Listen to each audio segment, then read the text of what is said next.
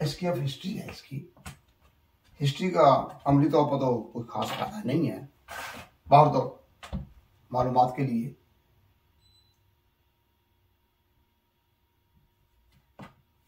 जरूरत ईजाद की माँ है।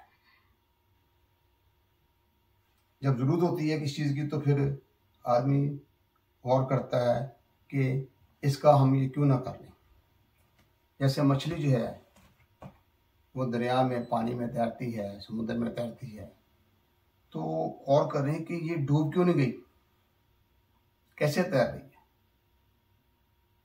अब उसको मद्देनजर रखते हुए फिर सबमरीन जो है वो तैयार की गई। ऐसे बतख ऊपर तैर रही है या और कोई परिंदा ऐसा जो उसके ऊपर तैर रहा है पानी के ऊपर, वो कैसे तैर रहा है। कश्तियां बना दी गई, बैरी जहाज बन गए, परिंदा उड़ा हवा के अंदर, वो हवा में कैसे उड़ा, हम नहीं उड़े, हम क्यों नहीं उड़े। पता लगा कि उसके जो पर हैं उसकी सपोर्ट करते हैं, हवा ही उसको ऊपर लेके जाती है। एक बाज है वो अपने वजन के मुताबिक काफी, यानी जितना उसका अपना वजन है उतना वजन और लेकर ऊपर चढ़ सकता है। बाज अब उससे ज्यादा वजन ले जाता है, इतना स्ट्रांग होता है। वो कैसे ऊपर ले गया, हवाई जहाज बन गया। इसी तरीके से शुरू पहिया बना, पहिए से काम लिया, साइकिल बैठे कि अब जो टाइम बच गए जल्दी चले गए। साइकिल तेज करके मोटरसाइकिल बन गई, कारें बन गई, दूसरी चीजें बन गई। इसी तरीके से वक्त के साथ साथ चीजें बन गई। हमारा काम जो है इसमें शुरू में लोग जो है ना बहुत पहले 200 साल पहले चले जाएं, उस वक्त का जमाना आज के जमाने में बहुत ही ज्यादा फर्क है, बहुत ज्यादा फर्क है। उस वक्त लोग जो बड़े सादे से होते थे, कोई इतनी इजादात भी नहीं होती थी, बहुत कम चीजें थी, मशीनरी बहुत कम थी, बाकी दस्ती काम सारे होते थे। तो उस वक्त लोग बर्फ जो है उसका इस्तेमाल जानते थे, लेकिन ये नहीं जानते थे बर्फ कैसे बनाई जाती है।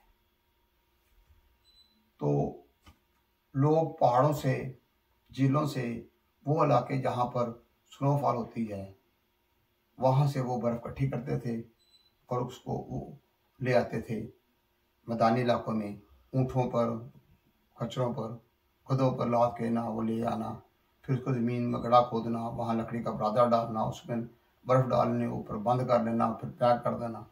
उसके बाद उस बर्फ़ को बहुत महंगे दामों में बेचना।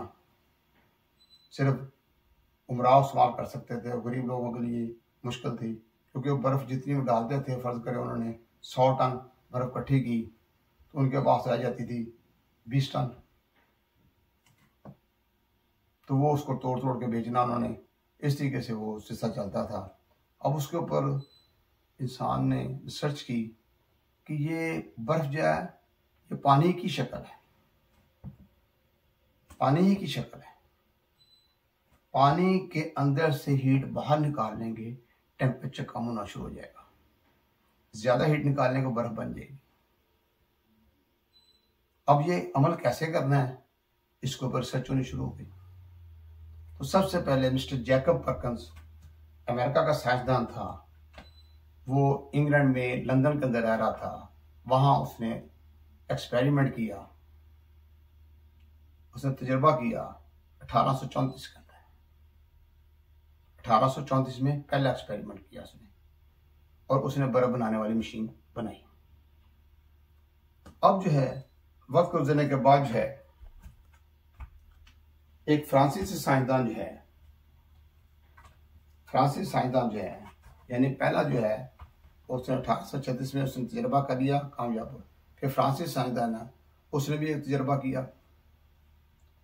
वो जो है सेकंड जो दूसरा तजर्बा जो किया उसने, वो 1885 के अंदर जो है वो फ्रांसीसी साइंसदान मिस्टर फर्डिनेंद कैरे, उसने तजर्बा किया। उसने भी बर्फ बनाने वाली मशीन तैयार कर ली। अब जो है वक्त गुजरने के साथ साथ जो है, ठीक है ना, तजर्बात होते गए, ठीक है। उसके बाद जो है, उसके बाद एक तजर्बा हुआ 1890 में मसनूई बर्फ बनाने वाली मसनूई बर्फ बनाने मशीनें बननी शुरू हो गई, लेकिन ज़्यादा एक्सपैंड मामला नहीं हुआ। फिर J.M. लार्सन ने बाकायदा एक फ्रिज की शक्ल में उसने इसको बना के सामने लेकर आया। उसका तलब भी अमेरिका के साथ था।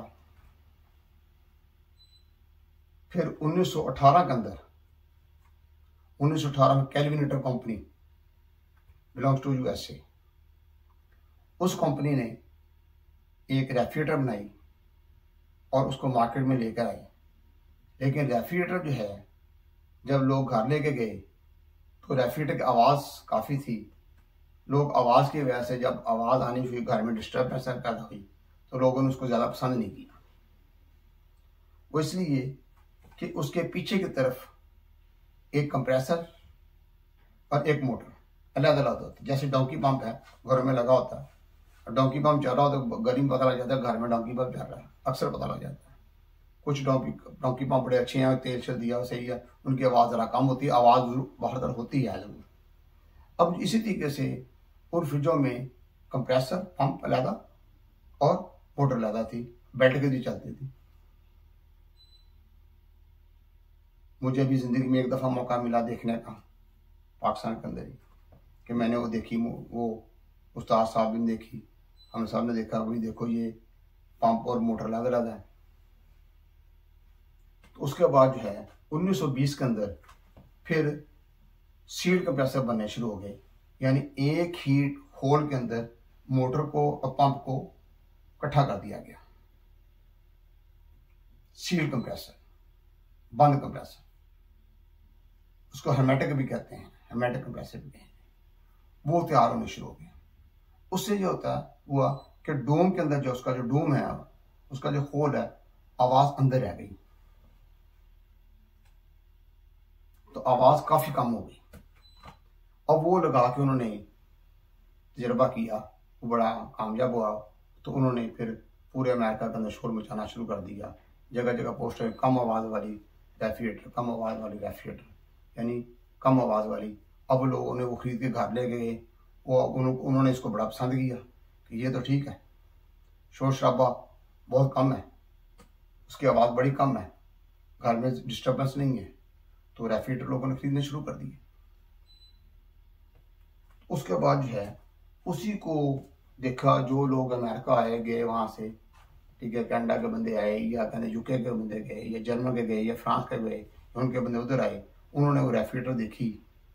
तो अब क्योंकि सामने रेफ्रिजरेटर आ चुकी थी, आगे उसको बनाना मुश्किल नहीं होता फिर, क्योंकि तो कॉपी करनी है ना।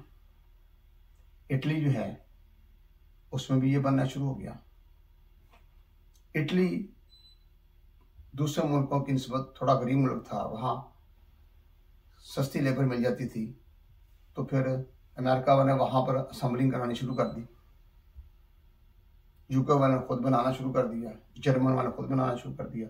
इस तरीके से France, Spain, Italy, German, England, यहाँ पे भी फ्रिजें तैयार होनी शुरू हो गई। अब वो रेफ्रिजरेटर जो है वो इन मुल्कों में इस्तेमाल होने पर उन्होंने एक्सपोर्ट करना भी शुरू कर दिया। तो पाकिस्तान, इंडिया में, बांग्लादेश के अंदर, दूसरे मुल्कों में जो पहले रेफ्रिजरेटर होती थी वो UK की थी, या फ्रांस की थी, या स्पेन की थी, या जर्मन की थी, या इटली की थी, ये ज़्यादा चलती थी। और उसमें एक दरवाजे वाली फ्रिज ज़्यादा चलती थी, सिंगल डोर, सादी, डेडपूल। फिर वक्त गुजरा, डबल डोर भी आनी शुरू हो गई, 2 दरवाजे वाली। ऊपर वाला खाना फ्रीजर है, नीचे वाला खाना रेफ्रिजरेटर है। उसके बाद फिर दूसरे मुल्कों ने भी इसमें एंट्री दी, जैसे जापान है। जापान ने फिर डेडपूल रेफ्रिजरेटर जो है उससे भी इंट्रोड्यूस कराई। तो शिबा कंपनी उसने बना के भेजी, हिटाची है, नेशनल है, इस तरीके से वो बनाए। फिर कोरिया ने बना के भेज दी। इस तरीके से फिर कई ममालिक जो है वो उसके अंदर शामिल हुए। रशिया ने बना ली। तो अब बहुत सारे ममालिक जो हैं वहाँ जो रेफ्रिजरेटर जहाँ तैयार होती हैं, अब जब रेफ्रिजरेटर तैयार हुई फिर डीप फ्रीजर भी तैयार होने शुरू हो गए, इलेक्ट्रिक वाटर कूलर तैयार हुए। तो ये चीज़ें भी साथ साथ बननी शुरू हो गई। अब वक्त के साथ साथ जो है ये काम बढ़ता ही गया, बहुत ज़्यादा हो गया। अब दुनिया में इतना ज़्यादा हमारा काम है HVACR का, जिसका अंदाज़ा नहीं। काम करने वाले कम हैं, काम ज़्यादा है। अब जो रेफ्रिजरेटर है उसी को आप देख लें ज़रा कि आज जो वक्त गुजर रहा है इसमें नो फ्रॉस्ट रेफ्रिजरेटर जो है वो बहुत ज़्यादा चल रही हैं। यानी आप पूरा कनाडा देख लें, अमेरिका देख लें, इंग्लैंड देख लें, जर्मन देख लें, फ्रांस देख लें, इटली देख लें, उसके अलावा मिडल ईस्ट के अंदर सऊदीया देख लें, कतर देख लें, कुवैत देख लें, बहरीन देख लें, दुबई देख लें, वहाँ नो फ्रॉस्ट रेफ्रिजरेटर बहुत ज़्यादा मकबूल हैं। अब वो टेक्नीशियन भाई, अल्लाह ताला उनको नॉलेज में इजाफा करे, हिम्मत दे, वो कहते हैं कि नो फ्रॉस्ट जो है ना वो कामयाब नहीं है। वो कामयाब इसलिए नहीं है कि उनको काम नहीं आता। मेरी बात को गुस्सा नहीं करना, उस पर गौर करना है। उसमें तारें ज़्यादा होती हैं, चीज़ें ज़्यादा लगी होती हैं, इसलिए प्रॉब्लम आ रहा है, और कोई बात नहीं है। जब पूरी दुनिया उसको इस्तेमाल कर रही है तो वो लोग जो उसको कह रहे हैं कि भाई ये मुश्किल है, ये ठीक नहीं जी, ये नहीं है, वो नहीं है, अलबत्ता वो ममालिक जहाँ पर इलेक्ट्रिक का जो है वो ज़्यादा देर ऑफ हो जाती है, अगर 6-7 घंटे ऑफ होती है, तब तो वाकई नो फ्रॉस्ट जब वहाँ पर प्रॉब्लम होती है। डेड पूल में ये होता है, बर्फ बनी होती है, वो टाइम गुजर जाता है। जबकि नो फ्रॉस्ट जो है वो साथ ही उसका अंदर फैन लगा होता है और वो कूलिंग जो स्टॉप हो जाती है। अदरवाइज नो फ्रॉस्ट जो है वो गलत नहीं है, बिल्कुल ठीक है, पूरी दुनिया में चलती है। शर्त यह है कि वोल्टेज लगातार आए। अगर 2 घंटे 2.5 घंटे भी ऑफ हो जाते तब भी कोई मसला नहीं बनता, लेकिन अगर ज़्यादा देर लोड शेडिंग हो जाए तब मसला बनता है। बाहर तो सिंगल डोर रेफ्रिजरेटर भी हैं, डेड कूल के अंदर डबल डोर भी हैं, और जो नो फ्रॉस्ट है उसमें डबल डोर रेफ्रिजरेटर हैं। उसके अलावा 3 दरवाजे वाले भी हैं, 4 दरवाजे वाले भी हैं, 5 दरवाजे वाले भी हैं, 6 दरवाजे वाले भी हैं। तो मुख्तलिफ जगह डिज़ाइन किए गए हैं, लेकिन ज़्यादातर जो है वो ऊपर नीचे खाने की, या ना ऊपर वाला खाना फ्रीज़र है, नीचे वाला खाना रेफ्रिजरेटर है। अगर साइड बाय साइड आप देखेंगे खुलेंगी तो लेफ्ट साइड पर जो है वो फ्रीज़र है, राइट साइड पर रेफ्रिजरेटर है। अब ऐसे डिज़ाइनिंग भी हैं, आप ऐसे दरवाजे खोलते हैं, ऊपर वाले खाने जो हैं पूरा खाना जो है वो रेफ्रिजरेटर है, नीचे एक ड्रा बना हुआ है, वहाँ उसको फ्रीज़र बना दिया। ये मुख्तलिफ डिज़ाइनिंग की गई है। और ऐसे भी नो फ्रॉस्ट रेफ्रिजरेटर हैं जो सिर्फ रेफ्रिजरेटर ही हैं, वो अपराइट ऐसे खड़ी होंगी, फ्रीज़र भी अपराइट है। अब जो एक पेयर बिक रहा है दुनिया में, डेड कूल का भी नो फ्रॉस्ट का। डेड कूल में ऐसा होता है कि एक ऐसे एक रेफ्रिजरेटर खड़ी है, आम सिंगल डोर है, फ्रीज़र भी सिंगल डोर है। तो आप देखेंगे रेफ्रिजरेटर जो सिंगल डोर जो है उसमें चीज़ें सिर्फ ठंडी होंगी, जबकि फ्रीज़र जो है उसमें चीज़ें मुंजमद होंगी। तो इस तरीके से वो आपको जोड़ा नज़र आएगा, खड़ी हालत में, अपराइट हालत में, वर्टिकल हालत में। तो आप उनको इस्तेमाल करें। इसी तरीके से नो फ्रॉस्ट का भी जोड़ा लेना मार्केट के अंदर मौजूद है कि एक लेफ्ट साइड, एक उस पर रेफ्रिजरेटर लिखा होगा, ऊपर फ्रीजर लिखा होगा, शक्ल ग्रास बिल्कुल एक जैसे होंगे। तो पेयर जो है ना वो खरीद लेते हैं लोग। वो पेयर भी दुनिया में चल रहा है, अकेली रेफ्रिजरेटर भी चल रही है। ये कस्टमर की डिमांड के ऊपर होता है, उसकी गुंजाइश के ऊपर होता है, उसने कौन सी चीज़ उसने बाई करनी है, इस तरीके से सिलसिला होगा। जो डीप फ्रीजर हैं, डीप फ्रीजर जो है वो अपराइट में आपको पता है, और चेस्ट टाइप भी है। चेस्ट टाइप में एक सिंगल लिड है, एक ढकने वाला है, एक दरवाजे वाला कह सकते हैं आप उसको। उसमें सिर्फ चीज़ें मुंजमद होंगी, ठंडी नहीं होगी। जो चीज़ रखेंगे, आइसक्रीम रखेंगे, आइसक्रीम मुंजमद होगी, गोश्त मुंजमद होगा, पानी रखेंगे वो बर्फ बन जाएगा। वो डीप फ्रीजर इसी काम के लिए है। और ऐसे भी हैं जो 2 दरवाजे वाले भी हैं, 2 ढकने वाले हैं। एक तरफ खोलते हैं, उधर फ्रीजर है, दूसरी तरफ रेफ्रिजरेटर है। और ऐसा भी है कि 3 खानों वाले हैं, एक हिस्सा फ्रीजर का, 2 रेफ्रिजरेटर के खाने हैं। और ऐसा भी है कि 2 हिस्से जो है ना फ्रीजर के, एक हिस्सा रेफ्रिजरेटर का है। यानी चीज़ें ठंडे करने का है, ऐसे फ्रीज़र भी मौजूद हैं। उसके बाद ऐसे फ्रीज़र भी मौजूद हैं जो ऊपर शीशा लगा हुआ है, उसे हम आइसक्रीम कैबिनेट भी कह देते हैं। बात शीशा लगा, आप देखें के अंदर कौन सी आइसक्रीम लेनी है, आपने कौन सा फ्लेवर आपको चाहिए। अब उसमें अगर तरतीब से रखा होगा, ऊपर से पता लग जाएगा कि ये फ्लेवर आपको चाहिए और आपने ये आइसक्रीम लेनी है, वो आप ढकना खोल कर ले लेंगे। अगर उसमें है ही नहीं तो ढकना खोलने का मकसद ही नहीं है, इसीलिए शीशा लगा हुआ। ऐसे ही मार्ट के अंदर आप जाएं, बड़े बड़े मार्ट के अंदर जो है ना, ऐसे फ्रीजर भी हैं जिनके ऊपर ढकना ही नहीं है, गोश्त पड़ा हुआ उसमें, चिकन है, मुख्तलिफ किस्म का गोश्त है, फिश है, ऐसे फ्रीज हुए हैं बिल्कुल। और पीछे एक पट्टी लगी हुई है, पट्टी जो है ऐसी है, उसके अंदर सुराख है, वहां से कूलिंग नीचे की तरफ आती है, नीचे कॉइल लगे हैं, वो भी ठंडा होता है। तो बड़ा ही यानी ना वो अच्छा सा लगता है, लेकिन इलेक्ट्रिक कंजप्शन उसकी ज़्यादा होती है, तो वो उसमें उसको इस्तेमाल करते हैं। खुले होते हैं, चलें जी आप चीज़ें निकालते जाएं, ढकना है नहीं ऊपर।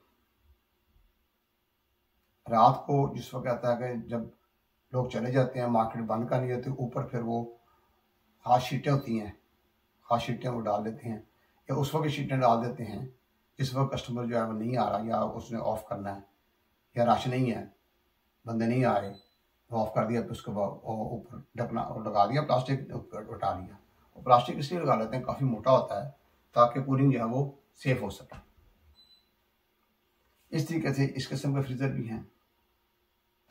अपराइट रेफ्रिजरेटर हैं ग्लास टाइप, जिन्हें हम विजी कूलर कह सकते हैं, वो छोटे भी हैं, 16 मुका फुट के भी हैं, 24 मुका फुट के भी हैं, 52 मुका फुट के भी हैं, और 80 मुका फुट के भी हैं।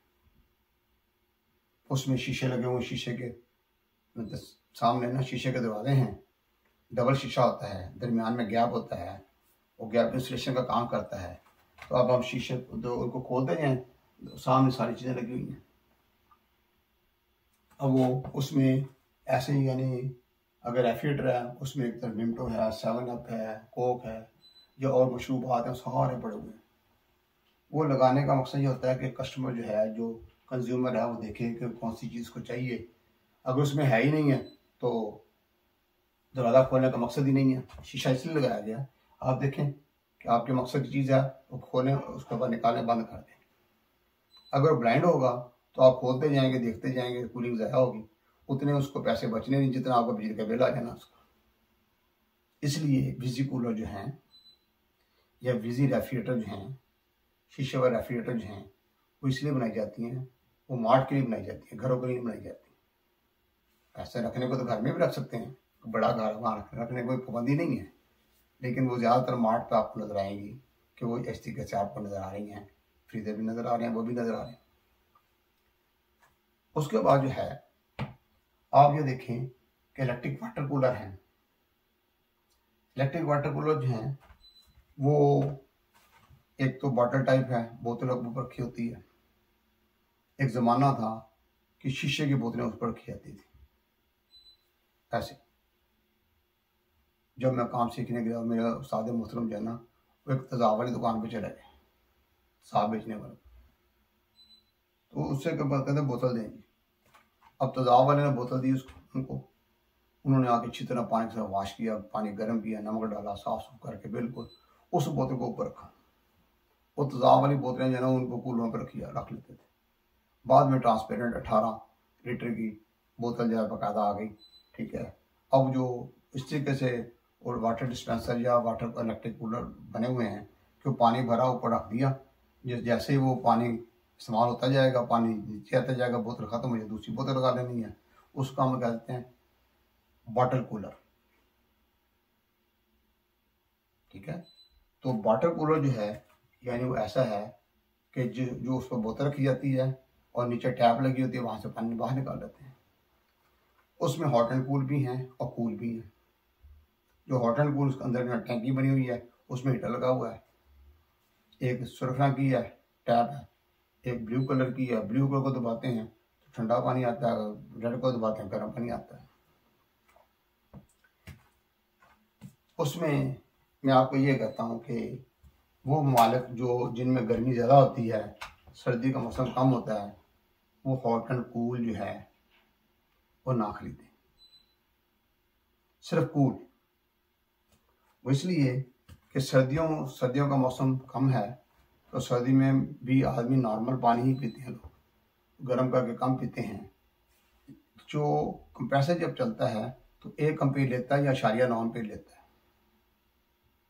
जब वो हीटर चलता है वो 3 एम्पीयर लेता है, 3.25 एम्पीयर लेता है। अब जिस वक्त आप वो बाद बंदे क्या करते हैं कि पानी डाला ठंडा, ज़्यादा ठंडा हुआ, साथ गर्म डाल दिया, इस तरीके से वो इलेक्ट्रिक कंजप्शन काफ़ी बढ़ जाती है। फिर थर्मोस्टेट लगा हुआ है, उसकी पीछे की तरफ स्क्रू लगा हुआ है या नाब लगी होती है। अब थर्मोस्टेट की नाब को अगर 1 नंबर रख के चलाएं ना, 1 नंबर पर, तो बड़ा माकूल पानी ठंडा मिल जाता है। अब उसी को 7 नंबर पर किया हो तो बिजली का बिल भी ज़्यादा आएगा, ज़्यादा देर तक कंप्रेसर चलेगा, नुकसान होगा। तो ये इलेक्ट्रिक वाटर कूलर जो हैं ये भी मार्केट में वजूद में आ गए, ये भी बन के मार्केट के अंदर आ गए। अब कुछ इलेक्ट्रिक वाटर कूलर हम खुद तैयार कर लेते हैं, वर्कशॉप में तकरीबन सारे टेक्नीशियन तैयार कर लेते हैं। ऊपर टैंकी ले आते हैं, वाटर कूलर जो है ना प्लास्टिक का, बाजार में आम जो वो रख लेते हैं, उसमें तांबे का कॉइल डाला, कैप ट्यूब लगाई, नीचे कंप्रेसर रखा, साथ कंडेंसर है, पंखा लगाया, चलो जी स्टैंड बना के उसको तैयार कर दिया। तो इस तरीके से बहुत सारे ऐसे भी तैयार कर लेते हैं। फिर इलेक्ट्रिक वाटर कूलर ऐसे भी हैं जो स्टील के बने हुए हैं, उनमें टूटियाँ लगी हुई हैं, 1 है, 2 है, 3 टूटियाँ लगी हुई हैं, 4 हैं, 6 टूटियाँ लगा सकते हैं, बड़े भी बना सकते हैं, छोटे बना सकते हैं। तो कंप्रेसर नीचे की तरफ लगा हुआ, कंडेंसर नीचे, बाकी ऊपर बना हुआ है। तो ये भी इलेक्ट्रिक वाटर कूलर भी मार्केट के अंदर आ गए। ये मैं बता रहा हूँ कि हिस्ट्री के बाद अब काम कहाँ तक पहुँचा हुआ है, बहुत ज़्यादा आगे जा चुका है। तो अब जो है फिर बड़े इलेक्ट्रिक वाटर कूलर भी हैं, कमर्शियल टाइप भी हैं।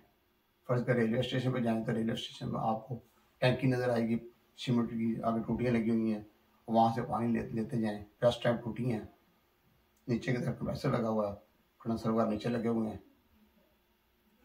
ऐसे ही कोई बड़ी मिल है, बड़ा यानी मिल है, काफ़ी लोग काम करते हैं, वो कहते हैं हमें ये बना के दे दें।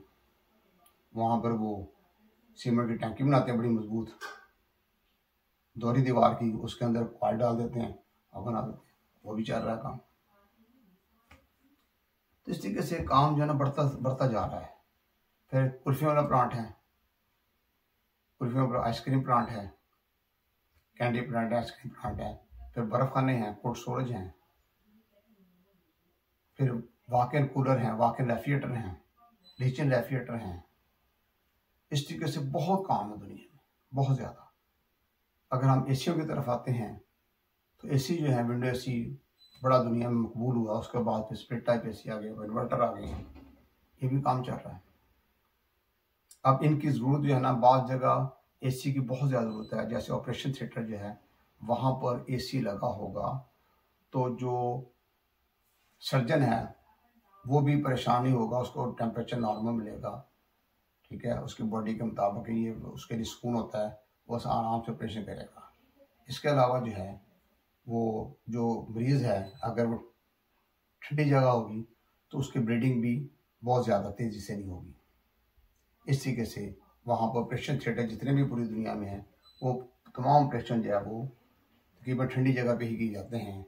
देखें कोई मरीज जो है ऑपरेशन के बाद जब बाहर आता है उसके जिस्म को हाथ लगाना ठंडा होगा, वहाँ पर जरूरी है। ऐसे ब्लड सेविंग रेफ्रिजरेटर्स हैं जहाँ पर आपने ब्लड जो है किसी मरीज ने दिया उसको उसमें रखते हैं, तो ब्लड सेविंग रेफ्रिजरेटर ब्लड को रखना होता है 24 घंटे के बाद या 2 दिन के बाद या 1.5 दिन के बाद ब्लड लगाना है, तो ब्लड इस काबुल तक लगाया जा सके,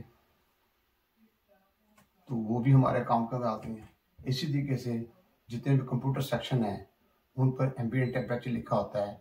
लैपटॉप हैं या कंप्यूटर हैं, अगर उससे ज़्यादा गर्म जगह रखेंगे तो लैपटॉप और कंप्यूटर जो है मॉनिटर वगैरह जो हैं ये सारे मुतासर होंगे, नुकसान होगा।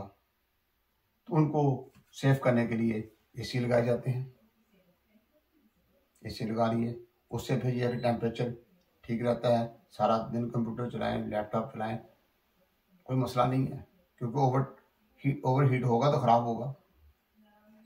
इसलिए जहाँ पे भी ये रखे जाते हैं वो जलाए जाते हैं। ऐसे ही यानी आम लोग जो है ना, एक हजान उसने लगाया हुआ, चलो जी हमने कटिंग करनी है, एक कटिंग अगर आपने लेने हैं 70 पे, तो एसी लगा के उसने कहना 120 रुपये दे दें, उसने लगाए हुए हैं। एक दुकानदार है, उसने लगाए हुए हैं। तो लोगों ने इस तरीके से सिलसिला बढ़ता जा रहा है दिन ब दिन जो है ना। इसी तरीके से घरों में देखें, पहले घरों में बहुत कम एसी होते थे। अब मेरे ख्याल जितने भी घर बन रहे हैं, हर घर में एसी की ऑप्शन रखी हुई है। पाइप पहले डाल देते हैं, कुछ हिस्सा चल रहा है। तो इसी तरीके से पैकेट टाइप उन्होंने वो चल रहे हैं। पहले कारें जो होती थी उनमें एसी नहीं होते थे, अब कारें जो है ना वो एसी आने शुरू हो गए। बहुत सारी कारें दुनिया में हैं जिनमें एसी लगे हुए हैं। बैट ड्राइव होते हैं, इंजन चलता है तो फिर वो उन एसी जो ऑपरेट होता है। ऐसे ही बसें हैं, बसों में एसी नहीं होते थे, अब बसों में एसी आ गए हैं। उसके लिए ज़्यादा इंजन लगता है, वो उसको चलाता है।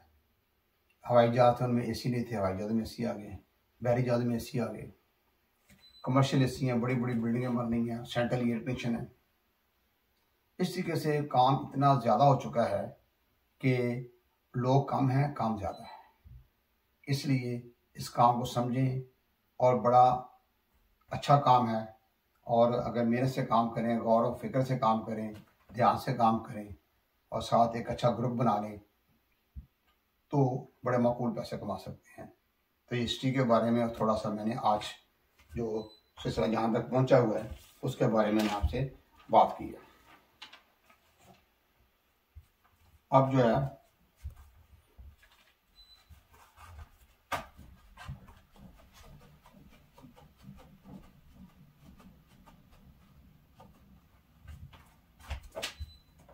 अगला लेक्चर जो है वो प्रिंसिपल ऑफ रेफ्रिजरेशन।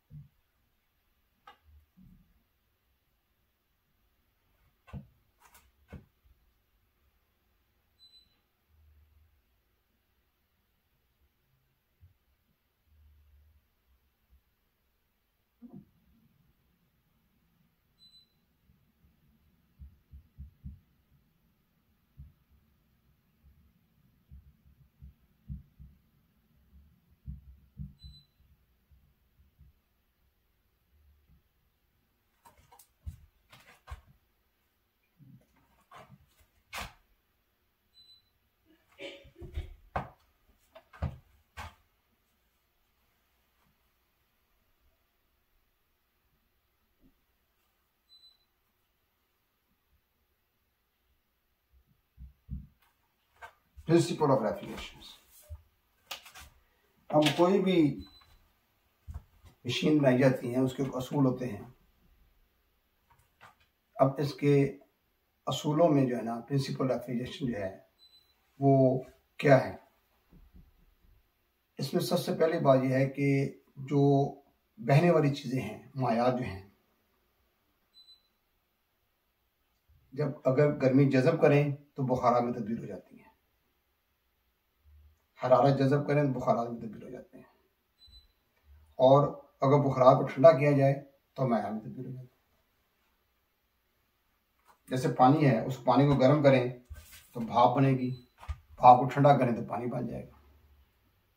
ये थ्योरी समझना बहुत ही अहम है, बहुत ज़रूरी है। काम बहुत आसान हो जाएगा, मुश्किल बिल्कुल नहीं है। तो हमारे काम के अंदर गैसें इस्तेमाल होती हैं मुख्तलिफ किस्म की, जिनको हम रेफ्रिजरेंट्स कहते हैं। ये रेफ्रिजरेंट्स जो हैं कभी माया हालत में होती हैं, कभी बुखारात हालत में होती हैं। जब ये गर्मी जज़ब करती हैं तो माया से बुखारात में तब्दील हो जाती हैं, और जिस वक्त गर्मी खारिज करती हैं तो माया में तब्दील हो जाती हैं।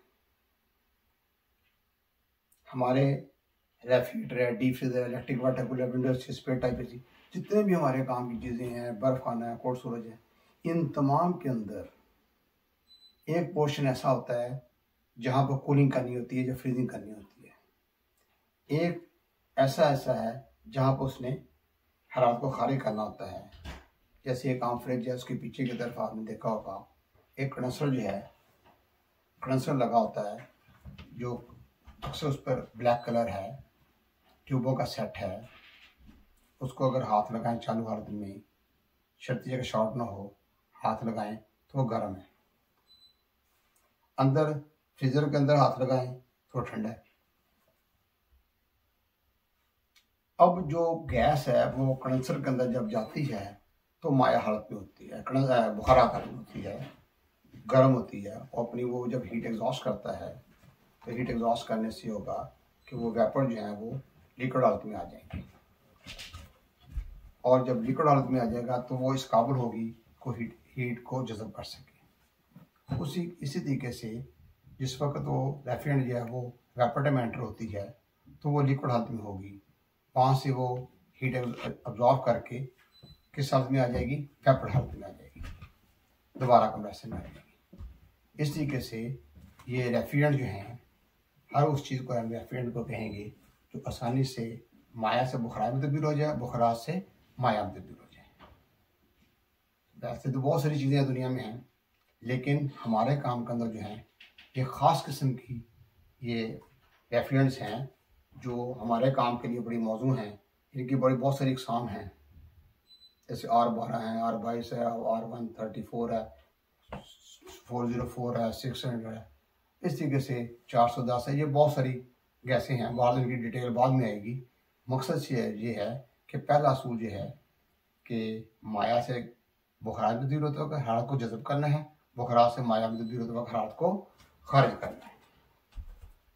दूसरी चीज़ ये है, दूसरा असूल ये है हरारत जो है एक जगह से दूसरी जगह मुंतकिल होती है, ट्रांसफ़र ऑफ हीट। और ट्रांसफ़र ऑफ हीट जो है ऐसा है कि हरारत जो है हमेशा ज़्यादा दर्जा वाली जगह से कम दर्जा वाली की तरफ जाती है, ज़्यादा दर्जा वाली तरफ से कम दर्जा की तरफ जाती है। ये असूल है। तो ये दूसरा असूल है, इसको भी मद्देनजर रखना है। जैसे फ़र्ज़ करें कंडेंसर है और बाहर हवा है, कंडेंसर गर्म होता है। अब कंडेंसर जो है उसका टेम्परेचर ज़्यादा है, आम हवा का टेम्परेचर कम है। फ़र्ज़ करें आम हवा का टेम्परेचर जो है वो 33 सेंटीग्रेड है और कंडेंसर जो है उसका जो है 50 सेंटीग्रेड है। तो कंडेंसर जो है उसने हीट किस तरफ खारिज करनी है, हवा के अंदर खारिज करनी है।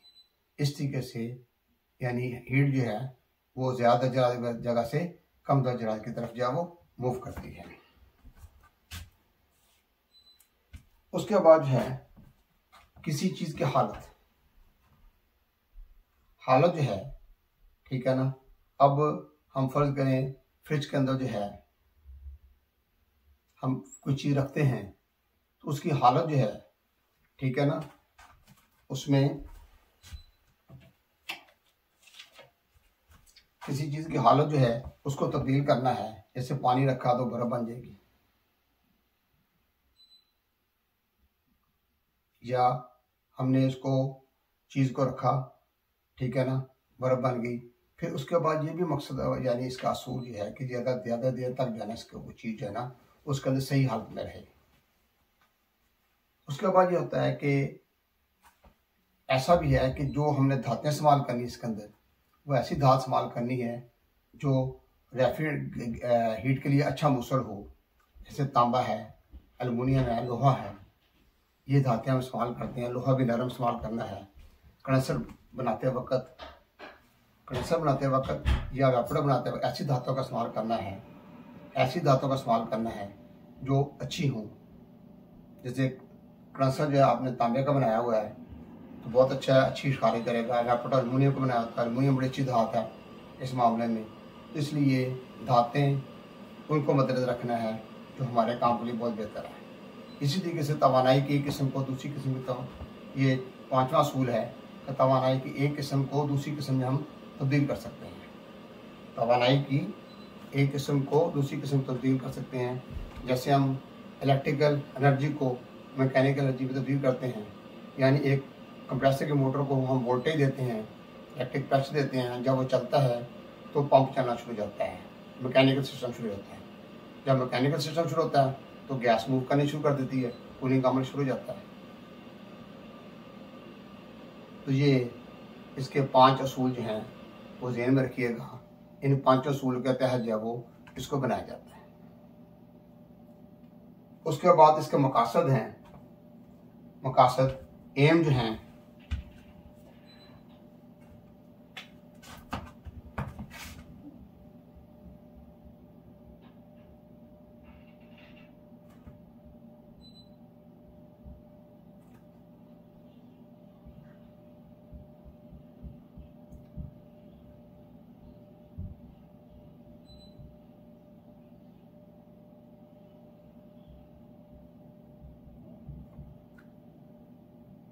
AIIMS of refrigeration. एम्स क्या है कि किसी चीज की हालत को तब्दील करना। एक तो ये एम है। हालत तब्दील कैसे होगी? पानी को बर्फ बना लिया, ठीक है। आइसक्रीम जो है वो लिक्विड हालत में उसको मुंजमद कर लिया। इस तरीके से हालत तब्दील करना। और दूसरा जो असली हालत में रखना। असली हालत में रखना ये बहुत अहम चीज़ है कि अगर हम सालन वगैरह जो है पकाते हैं, हंडिया पकाते हैं, सालन बनाते हैं, वो सालन जो है हमने इस्तेमाल किया, सालन बच गया, हमने उसको रेफ्रिजरेटर में रख दिया। अगर हम उसको रखते हैं तो सालन को 4 दिन के बाद 5 दिन के बाद इस्तेमाल करते हैं, वो काबिल इस्तेमाल होता है। उसको प्रिजर्व कर लिया। अगर बाहर रखेंगे गर्मी के अंदर 1 दिन 1.5 दिन मैक्सिमम गुजरेगा, सालन ख़राब हो जाएगा। दही बाहर रखेंगे वो खट्टा हो जाएगा, दूध बाहर रखेंगे वो ख़राब हो जाएगा। इसी तरीके से खाने पीने वाली अशिया जो हैं वो ज़्यादा देर तक हम महफूज कर सकते हैं। फल रेफ्रिजरेटर में रखते हैं, ज़्यादा देर तक रहता है। कोल्ड स्टोरेज में रखते हैं, बड़ी देर तक महफूज रहते हैं। तो इस तरीके से हमारा मकसद ये है कि वो खाने पानी पीने वाली अशिया जो हैं वो ज़्यादा देर तक अगर हम उसको यानी प्रिजर्व करना चाहें तो हम कर सकते हैं। ये इसके ख़ास मेन मकसद इसका ये है। तो इसी तरीके से दर्जा कम करना। अब कोई भी चीज़ है उसका हम दर्जा रेफ्रिजरेशन के जरिए कम करते हैं, खाने पीने की अशिया की और खाने पीने की अशिया की नहीं भी। जैसे स्टील मिल वगैरह है उसमें भी कई बाद जगह टेम्परेचर कम करके वो अपने मकसद हासिल करते हैं। इसी तरीके से और भी कंपनी हैं वो अपना काम करती हैं, वो टेम्परेचर कम करके कई प्रोडक्ट्स वगैरह तैयार करती हैं। तो टेम्परेचर कम करना भी एक मकसद है, शक्ल की तब्दील करना दूसरा। सबसे बड़ा मकसद ये है कि चीज़ों को ज़्यादा देर तक वो असली हालत में रहें, ख़राब ना हो। ये यानी ये रेफ्रिजरेशन की तरीका को बताई, असूल बताएं और